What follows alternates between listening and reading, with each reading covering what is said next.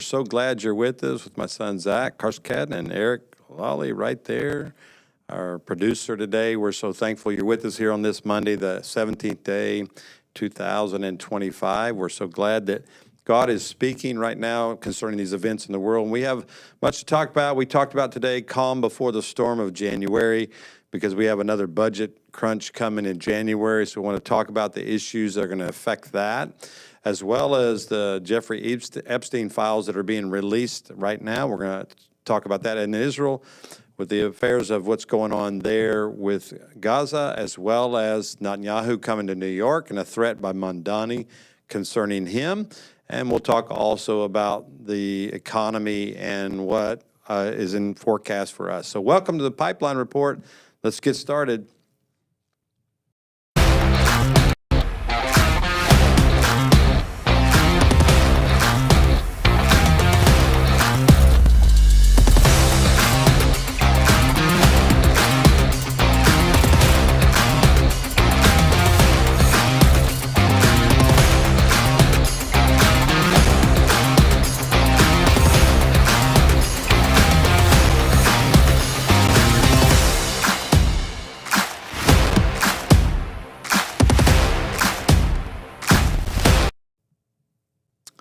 Well, welcome. So glad you joined us today.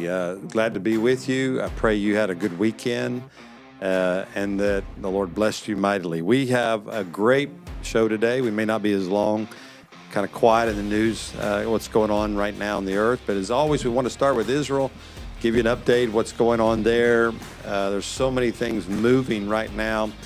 There is a movement in the Trump administration toward the Abrahamic Accords, trying to bring in Saudi Arabia. But this is where it's getting real dicey. Saudi Arabia is demanding for a two-state solution portion to be part of the Abrahamic Accords, as well as weapons, F-35s, et cetera, that they want for their defense, which is a bit scary to think that they're going to have one of the best technologies in the Middle East, equal to Israel. Now, Israel always has a strategic edge on that. America allows Israel to have the best and even allows it to modify the military equipment we give them. Saudi Arabia would not be allowed to do that, but that's a big ball of wax right now, and it's all being put together by Saudi, who's demanding the two-state solution. I think after watching Hamas, Hezbollah, and Yemen, we can pretty much tell what's going to happen if there's a Palestinian state. Israel also is bombing all over Lebanon right now as Hezbollah has been reloading and moving back south toward the border. It's not in the news at all, but it's daily if you're keeping up with that. So pray for the military, the IDF, as they're going in and removing, they're taking out tunnels, many other things. They're putting up a fence along the border, which the Lebanese government is saying is wrong. They say it's infringing on their territory. So we still have that battle going on. And then, of course, the Gaza battle concerning who's going to control it, what security forces are going to be in there, and so forth. Now, the big issue I want to share just a few minutes about is Mamdani, the mayor of New York. He did this in his campaign, but he's saying it again now that President Netanyahu has been invited to New York by one of the city council members, a Jewish city council member, next year, as well as the UN council meeting, which he always comes to and speaks at. But Mamdani has now said, because of the International Court has deemed him a war criminal, the International Criminal Court has, that he is going to arrest Netanyahu when he arrives in New York. Now, this is going to be what we call a showdown at the OK Corral, which is going to be a real serious issue. I personally think that they need to test this. I think they need to watch Mamdani squirm. Should they bring him to the city? You got to understand what would happen. Zach, you can speak to this, but what would happen if you had a world leader come to a city, New York City, one of our most popular cities in America, and you arrest him, you put handcuffs on a world leader in New York City. This is a showdown. I imagine Trump would invite this, would actually enjoy the confrontation here that would go on here. Now, I think it would benefit President Trump as well as conservatives to let this happen, because then you would know. I don't believe Mondani would do it, but this would prove to him that he can't carry out some of his campaign promises. I think this is one of the biggest ones. And him proving he's an anti-Semite, anti-Zionist, this would very much prove that. Wouldn't you think, Zach? Yes, and it also shows that when he was on his campaign and he waffled on how he would actually lead as the mayor of New York City, this would expose a lot of those lies, as it's already seeing, and he's not even in office yet. You also have a major issue of you're a mayor of a city who has no jurisdiction to be able to do something like this on quote-unquote an international level, when the United States doesn't even agree to the terms of the ICC. So then you start getting into, okay, under what authority is he arresting somebody on, being that he is not an officer of the ICC, and or the U.S. government is not involved with it at any level? Does that then allow Trump and or even Governor Hochul to come in and remove him as mayor of New York City? I mean, this is just utter political buffoonery to see, and seeing them even attempt to hint at this, I mean, is just disastrous at the forefront. But it's good that he's doing this, because this is showing, okay, this is who he really is. You know, there were even those who were even in the debates in the New York City mayor race who would ask him questions, and he would waffle. I don't have a position on this yet. I don't have a position on this yet. And the moment he won, his PACs came out who are Islamic based, and he himself is starting to come out and prove he's a Marxist, socialist, Islamist, and is going to rule by the power of the sword. Well, in the United States, we have equal branches of government that prevent you from doing this. So best of luck to you, Mayor, if you want to try this. And I know that our sitting president and the DOJ and the FBI will have something to say about it if it's even attempted. Yep. You'll have Secret Service there. You have FBI there. You'll have military there. I mean, it'll be a showdown. I think it needs to happen. I think you need to call out the enemy when he's doing stuff. Like the scripture talks about, Paul said, we'll make an open display of the enemy. I think that's what this would do. So for that, let's pray for that wisdom, that the Trump administration would have wisdom as we go forward. Okay, so now we're going to shift to a little bit about the showdown before January, but also the Epstein files. If you've watched this, why don't you get a synopsis for us, Zach, what's about to happen? I'm going to play a little clip of some potential things and why you're not probably going to see the list of those who were guilty. This is one guy's opinion, but President Trump has been pushed and pushed. But give us a little brief history of how long this has been going on, because we got to understand the Democrats have had these files for a long time. But now he's saying to the Republicans, let's get it all out there. What do you think the shift's about, Zach? Here we are talking, he would never do it or he'd do part of it, but now he's saying, let's go all in. So let's just go back to the beginning of this Trump administration, because I think we all understand what happened leading up to this administration with the Jeffrey Epstein files, and the fact that Biden, for 4 years in his administration, did absolutely nothing with them. And rumors, possibilities that they quashed and kept some stuff under lock and key and possibly destroyed it. Those are rumors, as opinion, not fact, because nobody really knows except those who are in the office. Now, leading up to this past week, the Trump administration held a policy that they would not release the Epstein files for the safety and security of the then minors at the time, who have requested, per the judge, that those files not be released. This is very normal in these cases. The victims, as they are, want to protect their identity, don't want to have to resurface those, don't want that to be made public because they have trauma and things that they're walking through and dealing with, and they don't want to let everyone in the world know who it is. Right now, it can kind of stay hush-hush and quiet, and very few people except those involved really know about it, and that's what the victims themselves want, most of them. There are a few who want it to be exposed, and for that, they have every opportunity to come out and expose it, as is their opportunity. But there are those victims who do not want. That's what has been presented to Trump before. Now, last week, new evidence has come out, real evidence that is leading the DOJ to believe that it might be, and even the Trump administration, it might be to his advantage to have it released. Because Trump has had a relationship with Jeffrey Epstein, even though it was brief and for a time. Trump has publicly come out and said, I don't want to have any dealings with him. There's something wrong with him, so that he's going to create distance. And then he kept doing what he's doing. We've talked about the Alan Dershowitz point of view about how he's seen the names on the Epstein list, and none of them are actually in authority in positions of power as of today. That's from someone who's been there. So what changed, you may ask? Last week, the Trump administration met with President Trump and the DOJ and the FBI about the Epstein files. And what it seems like they've come up with out of that meeting is that the new evidence has been presented, which is the Democrats during a 2019 hearing were emailing back and forth with Jeffrey Epstein himself before he was arrested, and his life was unfortunately ended in a jail cell. So, because of that evidence and possibly more evidence that is not been released from that meeting with the DOJ that President Trump's administration had, President Trump is on the trail to advocate for the release of the files. Now, there's also a narrative on those on the right, your Tucker Carlsons, your Candace Owens, those people of that ilk who are hammering Trump, saying he's hiding something. He is just like Jeffrey Epstein. He's done something evil, horrible. Again, there's no evidence to say that.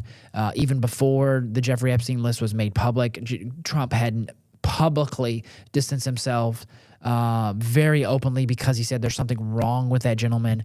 And other than, I think, a few interactions, there's really no details that show he had a in-depth knowledge of what happened on Epstein Island and et cetera. So here we are today where Trump is advocating for release of the files after all the hullabaloo and accusations being made against him based upon no evidence. Now it looks like the Dems are being caught with their pants on fire, as you know, the old acronym that you would say as a little child. And so that's why Trump, to his advantage, is saying, let's release it. Now the question becomes is how does the DOJ and the FBI release the files by protecting the victims because they still want to be protected. This is the big thing that people are missing on the right and on the left. The victims themselves want to be protected. They do not want their names out there. Most of them. There are a few who do, and they're saying they're going to create their own Epstein lists and et cetera and things of all this nature. So it's a balance where the DOJ has to try to balance this of, okay, how do we seek justice, do what our quote-unquote base wants and release the files, but then and do what the president wants now, release the files, but then also protect the victims who are who don't want to be harmed even more so than already is out there. And this video we're going to play is there's some speculation at the beginning that this is an intelligence opt, and what he's saying could possibly be true. You'll hear it for yourself. We'll address it here at the end as well. But it's the end point. I know you want to talk about this before. It's the end point that we really want to highlight, that there are victims, children victims today that are still going through this. And that's something that his name is Victor Marx, if you've heard of him before. There are other organizations, Tim Tebow Foundation does this as well, that there is a problem in the United States with this type of activity and not enough being done to stop it. And I think that there's good things that this guy does and some other organizations as well. And so the left has fallen prey to its own clickbait on this one. They took like 3 emails out of sequence, much like the BBC did when they doctored President Trump's speech. They did something very similar to try to tie Trump to Epstein. They didn't even, this is one thing the left does, and we got to be careful about this even on the right. When you see a post online, you just think, well, that's the truth. Make sure you vet it well. That's why we do the pipeline report. We want to help you down that area. I'll say this. I watch posts by my friends and people I love, and it's happened a lot after 2020. We're seeing a lot of false posts now, and I'm having to write my friends and just say, hey, that's not a true story. You might want to look at this. And one of the things that's happening is AI is producing a lot of these posts. Even one on Mike Johnson about his income that came out, an AI post about it. and that Mike gives away all his money. And I called the office. I called Mike's office because I knew that probably wasn't true. And they said, yeah, we're sorry. It was an AI-produced post. And matter of fact, President Trump even had put it up on Truth Social. So we're susceptible to it all. AI is dangerous because it is almost so believable, and we need to be careful. So I think the left is believing some of their own stuff, and they didn't do the vetting themselves, and now they're getting caught. There is one point that they did make that President Trump did say he wants to investigate if any Democrats were involved with the Epstein files. And there is a law that says if it's under investigation, those files cannot be released. So they were saying, oh, he was doing that as a smokescreen, so they wouldn't be released. And though he reversed course and said, okay, let's go ahead and release them all. So it's a game right now. Now, you got to remember, we're talking, the title today is Calm Before the January Storm. This is the last straw the left have. They lost the budget battle. They're losing the narrative on everything concerning that with healthcare, et cetera. This is the only thing that they have to try to hold on to is these Epstein files. So let's pray as it comes out, it ends that, and we can start advancing. So here's a video by Victor Marx about this, and I think it's important you listen to part of what he says, but again, what Zach says, put that in context. Victor Marx here. I'm the gentleman that was on the Sean Ryan podcast that talked about pedophilia and explained how there are networks. And on his show, I clearly communicated, a couple of years now ago, that the Epstein list would never be revealed. And I gave great insight to it, but I want to take my time now to explain to you, all that are watching, why it's not coming out. And this is coming from someone who, one, hunts pedophiles, and protects children through our task force. But the other, the heart reason is because I was a kid who was abused as a child.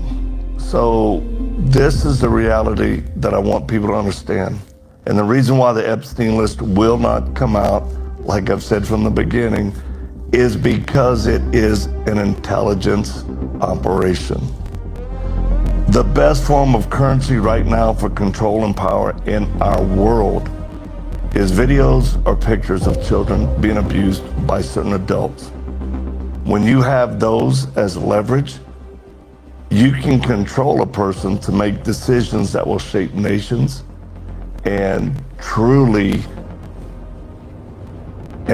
make the difference in both political, legal, business, and world economics.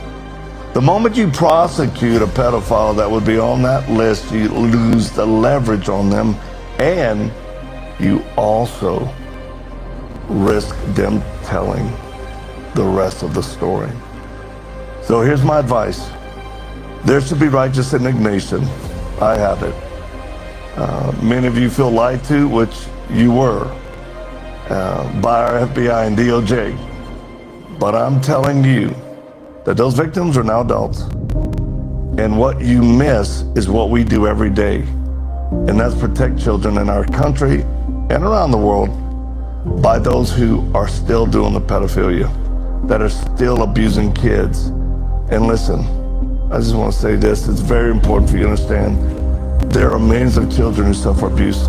Please listen to this portion, because this is the part we really want to focus on now. Nightly in the U.S. And because of that, when they hear about the Epstein's list or kids being trafficked and they're not part of that, guess what? They make their abuse and suffering very small, which before God it's not. So please, help us focus on protecting the kids right now as we work by, through, and with federal, state, and local law enforcement agencies. And listen to me, we don't take their money, we actually provide for them, for the men and women who really want justice to protect kids right now. So, man, may God help us with the Epstein deal, but what we have to focus on right now is those kids being abused, sexual exploitation tonight, tomorrow.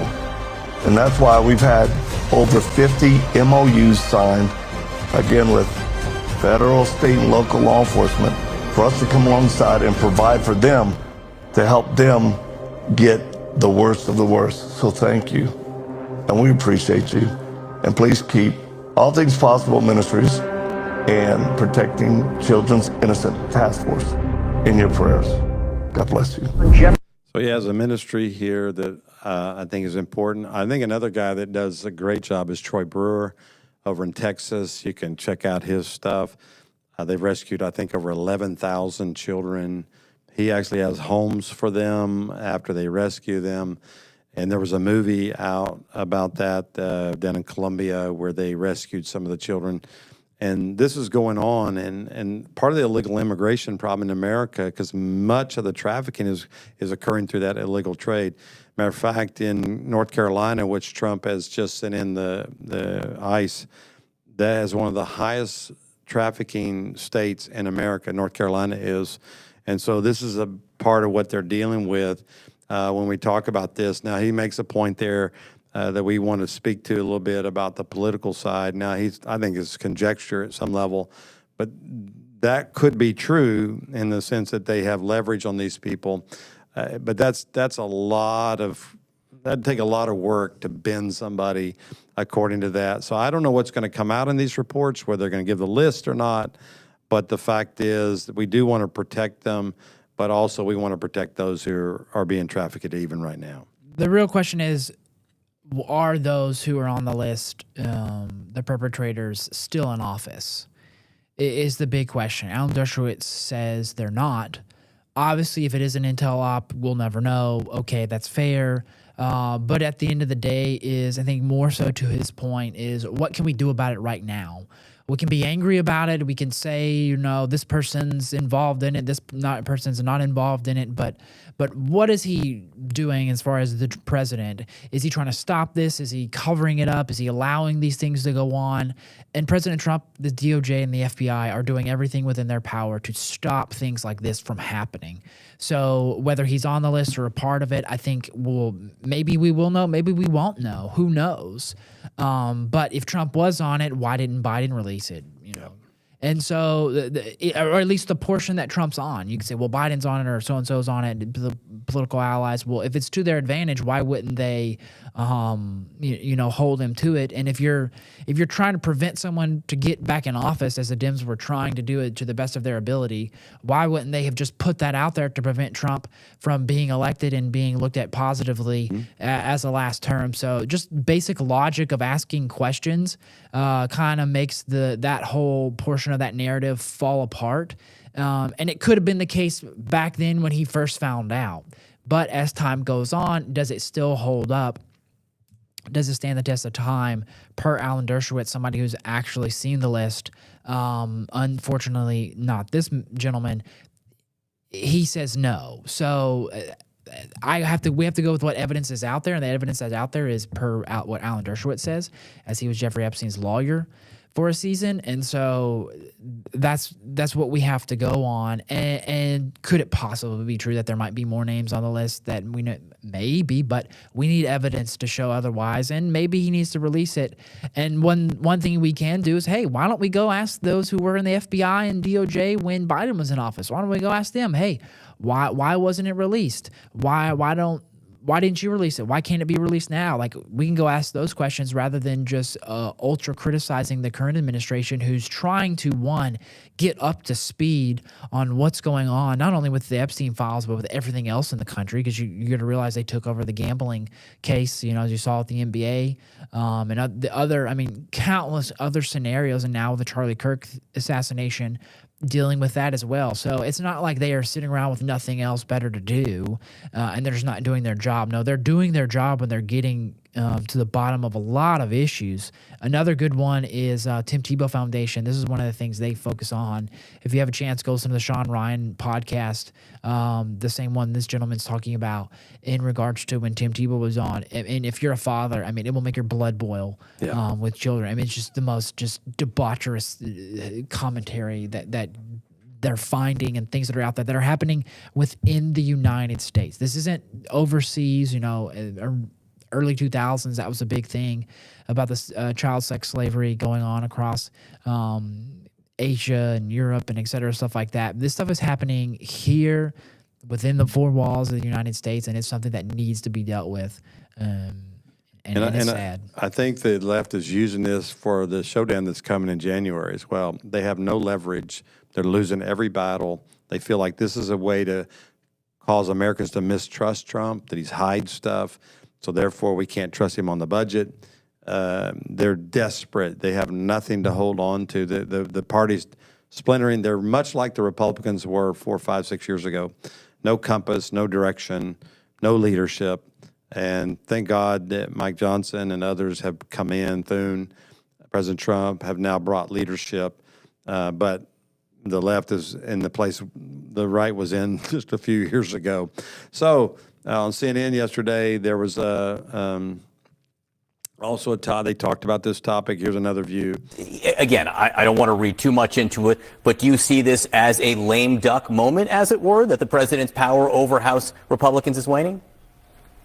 No, I don't think that this is a lame duck moment at all. I think that Donald Trump ended up in the right place because his position was really, it wasn't a sustainable position. And I would probably argue that Susie Wiles had something to do with it, him just coming out and saying that the inevitable vote that will happen, Republicans should go ahead and support it. But I think what the frustration that Donald Trump and many people, even like me, who've been critical of Donald Trump at times, we realize that this is an effort, this whole Epstein effort is an effort to really prosecute Donald Trump in the court of public opinion. There is not a single shred of evidence that links Donald Trump to a single crime. Not a victim, not a court case links Donald Trump to a crime. And I know that the media itself is aware of that. But the more you keep talking about it over and over again, linking Donald Trump to something potentially nefarious, that actually gets the news cycle going. But everyone knows that there is no evidence that Donald Trump has committed a crime. But I am glad that he ended up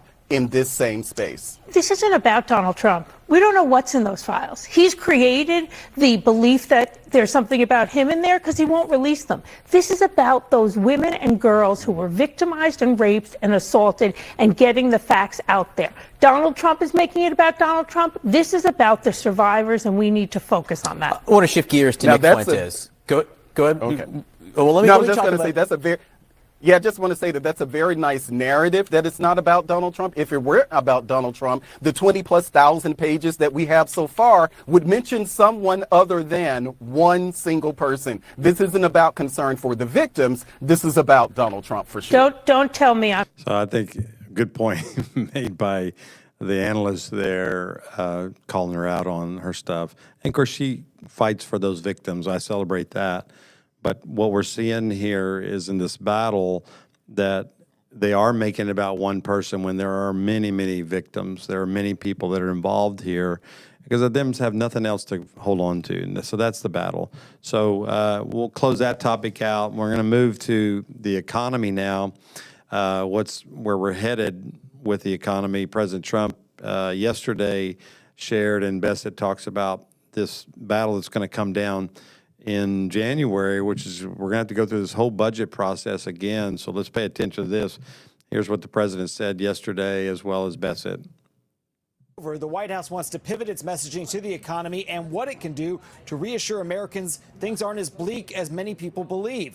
As Politico points out today, the president and his team want to put a difficult start to November behind them with a blizzard of policy and PR announcements designed to help Americans with the cost of living. So what are those announcements going to be? More deals with pharmaceutical companies to bring down drug prices, efforts to address those higher mortgage rates, try to change the housing market, reducing tariffs, as you guys mentioned, on a number of products, as well as a possible $2,000 rebate check for some taxpayers. Sure. Is he going to be sending these direct payments to Americans of $2,000 or more? We will see. We need legislation for that. And again, President Trump is all about solutions, Maria, and yes, everything is on the table. Americans also struggling to afford health care. Congress knows it. Democrats demanding the government extend subsidies, which lowers Obamacare premiums. The White House thinks it has a better idea. It wants to use money to help boost Americans who rely on health savings accounts. And some lawmakers think there is a real chance for compromise. This should be a bill that is not partisan, but it should be a bill to extend those premium tax credits because, as everybody has talked about, there is real urgency to get this done. One of the big questions, Bill, has been what about the state of the economy? Is it strong? Is it weak? We should get a better idea later this week. We're going to get the jobs numbers. But for the month of September, they were due out in early October, but because of the shutdown, that never happened. So you have to stay tuned to Thursday to find out how September's job market was. So here's where the battle starts for us for January because of the health care, because that's what the big battle is about. And for me, as I said, the calm before the storm, I worked in the medical field. And so what the government's been doing is subsidizing through these credits. They've been giving the money to the insurance companies to subsidize all the insurance and hopefully to keep the cost of premiums down, which has not worked. It has not done that. But that was the goal, which means that we're moving into some socialized medicine here where America is paying for this through taxpayer money, except not all Americans benefit from it. This is President Trump's idea, is that the money go to the individual and let them go shop their own health care, which would obviously change and bring down health care costs. It'd have to, which is it's a real tough situation, but here we go. We're going to see in this battle, and that's what this battle is about. And the Dems are counting on this because these insurance companies are the ones who paid for their campaigns and contributed to their campaigns. Even Bernie Sanders and others receive monies from them, so they feel they owe it to these companies to fight for these credits. They say it's for the American people, which I'm not saying some of it's not, but for the most part, they're actually covering their support by making sure these companies have. So it's a mess. And come January 30, we may be in another shutdown. So this is where the calm before the storm, everybody's relaxed. Shutdown's over. It's not over. We only have probably 2 months here, 3 months before we're right back where we started here at this moment. You want to speak to that, Zach? Yeah, I was listening to Senator Cassidy from South Louisiana talk about this, and what this is to your point, you mentioned it. The Obamacare Affordable Care Act went into effect.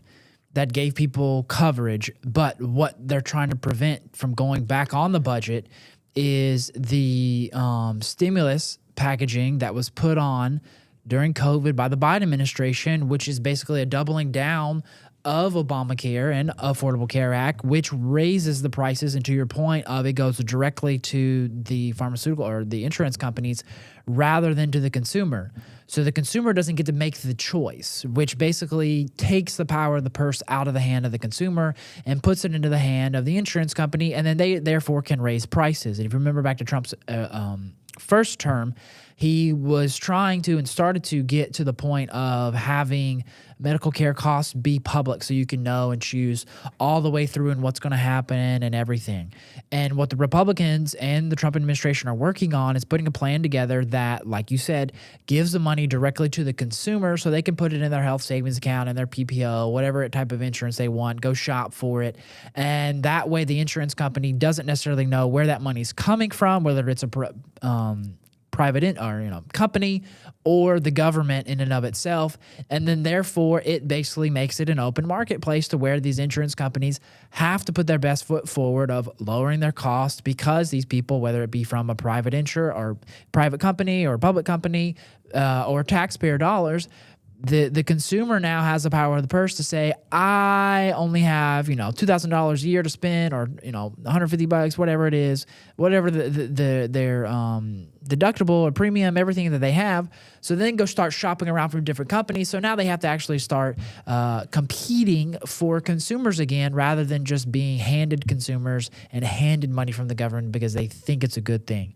Why Democrats would fight against this is kind of questionable, but at least this is what Republicans are trying to fight for so that we can lower the cost of health care, and more so, even just the benefit of knowing what the cost of procedures are beforehand, so you can go shop it around and say, I don't want to go to this hospital because it's going to cost this much, or with this doctor, let me go over here. They're going to do the exact same thing, if not better, for a better price. You're getting back to lowering costs, which if you look at the drivers of inflation in America, it is health insurance. A lot of that has to do with the fact that Americans are unhealthy with diabetes and other things. But if you can start lowering health and medical care costs, and not just preventative medical care, but actual emergency medical care, then you can start actually getting somewhere with lowering the amount of inflation. They talked about having everybody renew for SNAP's benefits.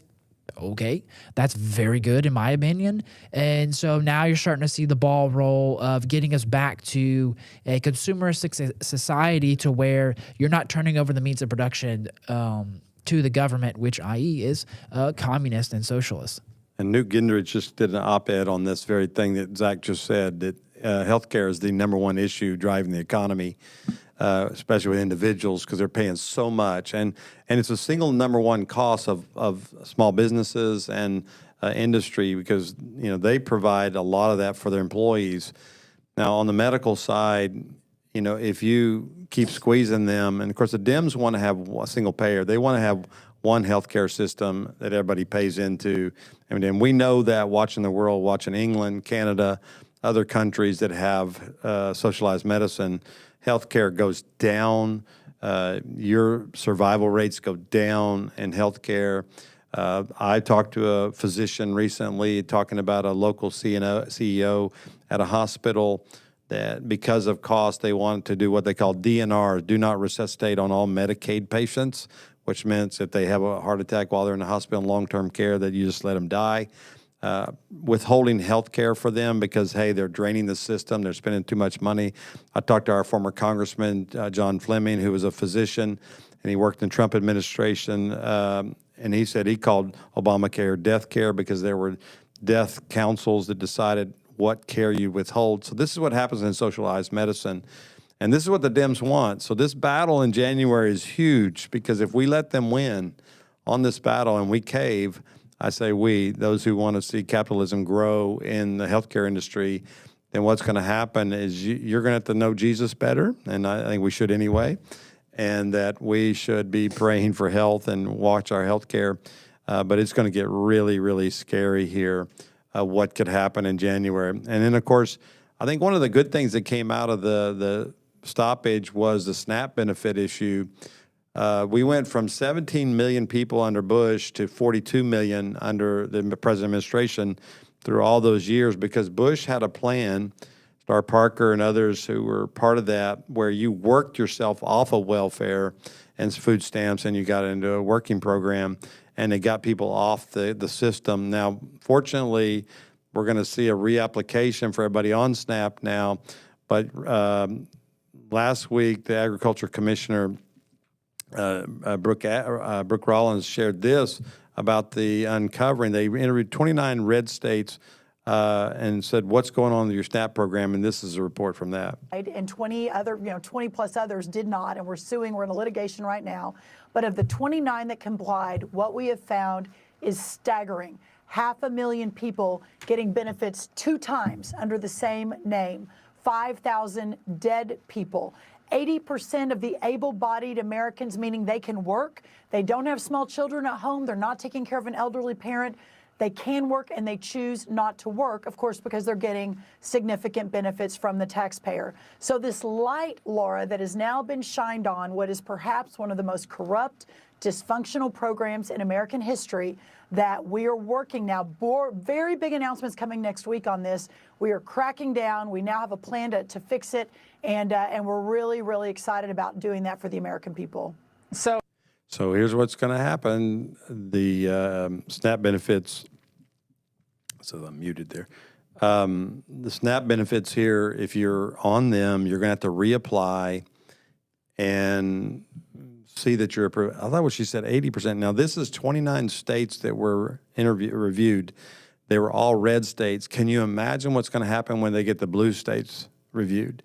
You know it's going to be much, much higher. We already have 500,000 receiving twice. You have dead people receiving because of that, and it's because it's been oversight. And look, the Trump administration, the first time, didn't deal with this. So this is something that the Republicans have not paid attention to either, and it's grown and it's grown and it's grown. So we could see a massive savings on our economy if we could reel some of this abuse in. And of course, for me as a pastor, my heart is to help people have dignity and purpose. And when you are having to depend on other people always, or the system to provide, and you lose a level of dignity along the way. And God didn't make us that way. He made us to have purpose and to be able to work, and that God would provide through that. And so that's my heart as a pastor, is that we help these people. And I think Star Parker is one, you may not know her, but she was really involved in this back when the Bush administration was here, of helping them. And her story was she was a single mom with children on welfare, on food stamps and everything. And she decided to go to work, and she went to apply for a job at an African-American company up in the Northeast. And it was all Christian men mainly that were running this company. And they said to her, you can work for us, but you got to get off of food stamps and get off welfare. We don't want that. That's not what we believe biblically is what you should do. And she was shocked. What do you mean? This is what I deserve. I've been mistreated. My family, the blacks have been mistreated forever. This is what we get back. And he said, no, we don't believe in that. That's not a biblical worldview. And so she had to shift her mind, and she came out of that. I think she's a multimillionaire now because she got off of that and began to grow. And how many others that are stuck in that situation? Bible talks about a laborer's worthy of his hire. You don't work, you don't eat. We have these type of concepts that are in the Bible. So we have to understand that and pray for these people. And I know there are people that absolutely need food stamps. They can't work, they're disabled, maybe they can't find a job right now. I don't want anybody. Now remember this, and she said this as well, if we don't provide for the government that way, the government doesn't provide, they're going to be knocking on every nonprofit's door and say, look, I need food, I need help. So in other countries, they have what they call church tax, where the church tax government gives them money to help the poor. But here, you're going to talk about tapping resources all around nonprofits, which they're not ready. We're not ready to handle a massive influx of people needing help in this area. So we got a real social problem here. And biblically, we're supposed to help the poor. And yet we need to define who the poor are. And I think that's the big battle there. Point biblically, you can go to 1 Timothy 5, and when it talks about honoring the widow, honoring the orphan, it also has this verse in there in 1 Timothy 5:8.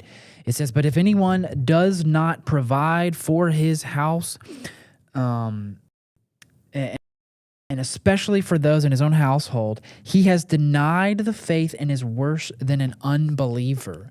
And so, and obviously this is speaking of fathers and those who are working in the household, not talking about the widow, not talking about the orphan, but those who are of able body and capable to get out there and work, and one labor is worthy of his hire. But if a man doesn't eat, if he doesn't work, he doesn't eat, Paul talks about. And so we see these multiple examples when talking about how the church and the body of Christ in 1 Timothy are supposed to help those who are in need. But it's also a thing of like, you can't just sit there and not give up. And before, the early 1990s when Bill Clinton took away the work requirement, and this has been a big battle back and forth, right, left, Republican, Democrat, about this, is you had to get off of welfare. You only had welfare for, 3 months. Oprah Winfrey is another prime example of that as well. She had to go on it at some time because, she was downtrodden. I think Americans and as believers, we can understand that. We can help want to support that. But at some point, it's like, look, you got to go to work. Like, you got to help yourself. And Oprah Winfrey is another prime example of that, of, okay, I needed it for a time, let's get off of it. But also, let's look at those, because I have an interesting debate going on with a few socialist friends that I have who love to advocate for forced government welfare, which is more so charity at gunpoint, if you understand that argument. Whereas when you look at these politicians, Bernie Sanders, AOC, all the ilk like that, who are advocating for forced government welfare, charity, go look at how much they individually give themselves. You'll be shocked at how many pennies they give, because it doesn't even round up to one. And so all these people are saying, we need to give all this away, give that away. They're talking about giving away your hard-earned dollars that you've earned, not their hard-earned dollars that they've garnered by being in Congress and running for this campaign and that campaign. Because it's amazing that every time Bernie Sanders runs for president, he just happens to somehow come out ahead with maybe one more mansion or maybe two more. So that's the type of charity that he's talking about when he's talking about charitable giving from the government and socialism that he's talking about. And to plug this is we have this podcast. I'll show this here on our Olive page. that John's talking about. He's talking about liberation theology and how it's crept into the church here as a cousin of Marxism. But we have this highlight here. If you can, go to my screen. There you go, Eric. I'll play this. This is John talking about this, and this is really great as far as something that John pre-recorded this earlier this summer, and then now it's coming about here. So listen to this. They start to say that people that are in active sin or in rebellion toward the Bible are now the oppressed. Because they adopt this idea of liberation theology, taking that the God is the God of the oppressed, we have churches that don't even like say that sin is sin, right? They don't want to be against the oppressed. And that's why you hear phrases like, well, you're on the wrong side of history.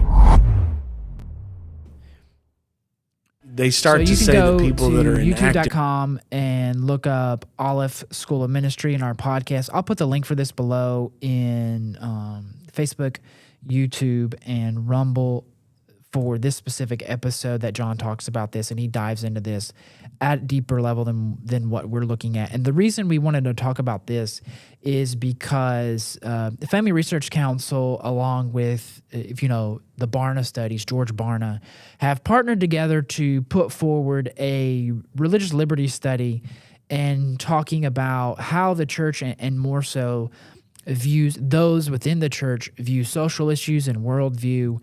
And they did a comparison of 2023 study that they did and the 2025 study that they're currently conducting and have conducted on this issue. And what they're finding is that 72% of churchgoers attend church most weeks. 65% of churchgoers attend most, like, every other week. So basically what they're trying to say that, in 2023 it was 72, in 2025, it was 65%. So the church attendance is going down. And what they're finding in that is that those who are going to church agree less and less with the biblical world values, and when it comes to social and worldview issues as far as abortion and social and economic issues, foreign policy, et cetera, things, meaning they're going further and further and further and further and further away from what the Bible actually says.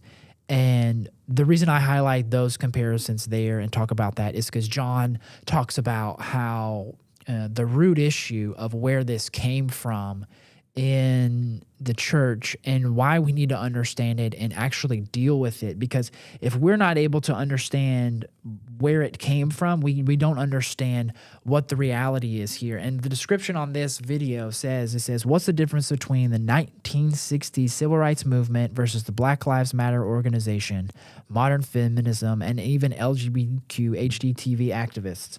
When and where did Marxist values creep into the American church? How do we drift so far? These questions and more will be answered in this episode. So go watch that as John West talks about that, as he did a deep dive. We want to kind of prompt that there. I put the link there on YouTube, and let me put it here in Rumble. I did put it in Rumble, and then I'll put it here on Facebook as well, so you guys can have that to be able to go back and listen to, because John did a very fantastic job of diving into that and looking into that at a deeper level. And the reason we really want to highlight this and understand this is because if you're looking for ways not to just be frustrated with the negatives being pushed out there from both the right and the left, because the same things, we talked about the day the left is using to divide the Trump administration, the right is as well. Because when Trump leaves office in 2028, or 2027 into 2028, the presidential election, you're going to have a vacuum that is going to try to be filled, and people are already trying to fill it. Obviously, as you've seen, Marjorie Taylor Greene do her best to try to position herself as some rational person after 3-4 years of being completely irrational as far as her potential run for president as a Republican nominee. So there's a lot of people going to be saying a lot of different things moving forward, but now's the time to start having an ear to the floor of seeing what's going on, who they are. Even J.D. Vance. We have some major questions about him and his not only domestic policy, but foreign policy. And he says a lot of good things, but we don't just want to take somebody because they're partnered with somebody. Best example of why you don't want to do that is George Bush. the father, he was attached to Ronald Reagan. Well, he didn't necessarily have the best presidency and did a lot of setbacks foreign policy-wise and even domestically that really set the Republican Party back. And not just the Republican Party, but religious freedom, biblical moral values, as some of the stances he took, and even international foreign policy and the wars he tried to get us in, et cetera, things like that. And obviously that's debatable depending on how you view history. But the reality is look, we don't just want to accept somebody just because they're tied to somebody. And that even goes for if Trump advocates for Vance. Is look, we have to, pray about it, hear the Lord, make sure, the right person gets in. But before that, we have the coming government shutdown debates at the end of January that we'll be talking about the healthcare issue, and then which leads into the 2026 midterms, where you have every congressman and a lot of senators up for re-election. So that's why we highlight these things, to make you guys educated and on the wall, as Ezekiel 33 talks about, knowing the times and seasons that we are in, so that we are not lost in just the waywardness and the wishy-washiness of the media and social media that's out there. If you don't have a chance, we're going to put it up tomorrow night. Listen to the sermon that Pastor Tim spoke about how to navigate the war of words that we hear, and really see how there are a lot of those that seem like they're saying a lot, seem like they know a lot, but in reality are just the term the kids say nowadays, speaking out the side of your neck. And so just kind of do some shameless plugs there for the great things going on at the ministry. And for those of you continuing to watch, continuing to sow in, to be along with this, we do ask that you give, because if it weren't for you guys, we wouldn't be here continuing to stand on the wall, providing these type of shows and continuing to grow and reaching the warriors and the watchmen who are out there, who are praying and looking for advice, not to just be frustrated by news media that is out there. So to each and every one of you who follow along, we'll be back tomorrow as well with our regular noon prayer with John, Karen, and Lori Sears, as we pray for this nation and God's destiny for this nation. So blessings, and we'll see you guys later. Have a good one.